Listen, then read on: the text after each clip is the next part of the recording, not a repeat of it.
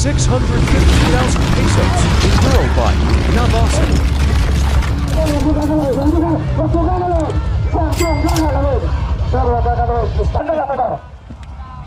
Sequences pag naka beta 300 RR ka. Kita mo yung disgrasya kanina. Ito, tingnan mo. Basag ang subframe. Ayan mga kalisto, tingnan nyo. Composite subframe. Presya ng Husqvarna. Plastic lang yan, yung buong yan.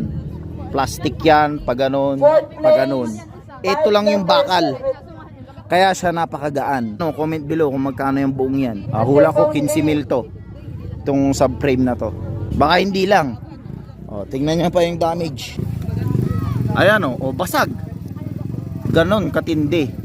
Itong Beta 300RR. Ayan imagine mo, napakabilis, napakalakas ng motor pero sa plastic ka lang nakaupo. Ayan walang basag sa ilalim, walang basag, yun lang talagang main frame niya ng